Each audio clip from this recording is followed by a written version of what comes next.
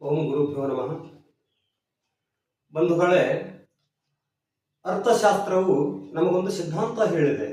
ಅದೇನು ಅಂದರೆ, ಯಾವುದೇ ವಸ್ತುವಿನ ಬೆಲೆಯು ಹೆಚ್ಚಾಗಬೇಕು ಅಂದರೆ ಮಾರ್ಕೆಟ್ನಲ್ಲಿ ಅದರ ಬೇಡಿಕೆ ಹೆಚ್ಚಾಗಬೇಕು.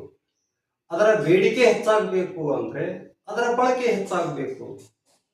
ಬಂಧುಗಳೇ, ನೀವು ನನಗೊಂದು ಮಾತು ಹೇಳಿ, ದಿನೇ ದಿನೇ ಈ ದೇಶದಲ್ಲಿ ಅಥವಾ ಜಗತ್ತಲ್ಲಿ ಮಾಂಸ ತಿನ್ನುವರ ಸಂಖ್ಯೆ ಹೆಚ್ಚಾಗ್ತಿದೆಯಾ ಅಥವಾ ಮಾಂಸ ತಿನ್ನುವರ ಸಂಖ್ಯೆ ಕಡಿಮೆಯಾಗ್ತಿದೆಯಾ? ನೀವು ಖಂಡಿತವಾಗಿಯೂ ಹೇಳ್ತೀರಾ ಅದೇನು ಅಂತ. ಮಾಂಸ ತಿನ್ನುವರ ಸಂಖ್ಯೆ ಹೆಚ್ಚಾಗ್ತಿದೆ. ಅದು ಹೇಗೆ? ಅತಿ ವೇಗವಾಗಿ ಹೆಚ್ಚಾಗ್ತಿದೆ.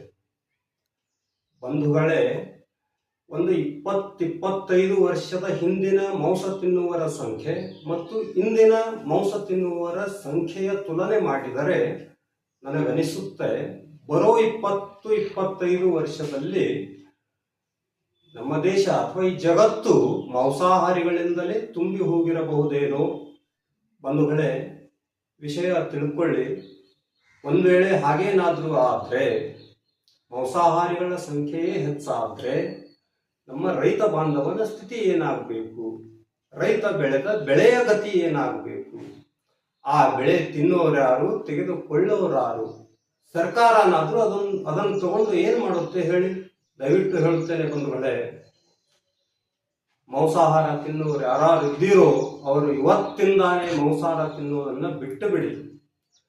ಅಕ್ಕಪಕ್ಕ ಯಾರಾದರೂ ತಿನ್ನೋರಾಗಿದ್ರೆ ಅವರನ್ನೂ ಕೂಡ ನಮ್ಮ ರೈತ ಬಾಂಧವರಿಗಾಗಿ, ನಮ್ಮ ದೇಶದ ಹಿತಕ್ಕಾಗಿ ಅವರನ್ನೂ ಕೂಡ ಮಾಂಸ ತಿನ್ನದಂತೆ ಮಾಡಿ, ಇದಷ್ಟು ಮಾಡಿ ಒಕ್ಕಲಿಗನ ಭವಿಷ್ಯವನ್ನ ಉಳಿಸಿಕೊಳ್ಳಿ. ಬಂಧುಗಳೇ, ನನ್ನ ಮಾತು ಇವತ್ತು ನಿಮಗೆ ಚಿಕ್ಕವೆನಿಸಬಹುದು, ಆದರೆ ನಾನು ಹೇಳುತ್ತೇನೆ, ಮಾತು ಚಿಕ್ಕದೇ ಆದರೂ ಕೂಡ ಇದೊಂದು ನೀವು ಪಾಲಿಸಿದ್ದೇ ಆದರೆ ಇದು ಒಕ್ಕಲಿಗನ, ನಮ್ಮ ರೈತ ಬಾಂಧವನ ಬ್ರಹ್ಮಾಸ್ತ್ರಕ್ಕಿಂತಲೂ ಕಡಿಮೆ ಇಲ್ಲ ಅನ್ನುವ ಮಾತನ್ನ ನಾನು ನಿಮಗೆ ಹೇಳುತ್ತೇನೆ. ಧನ್ಯವಾದಗಳು.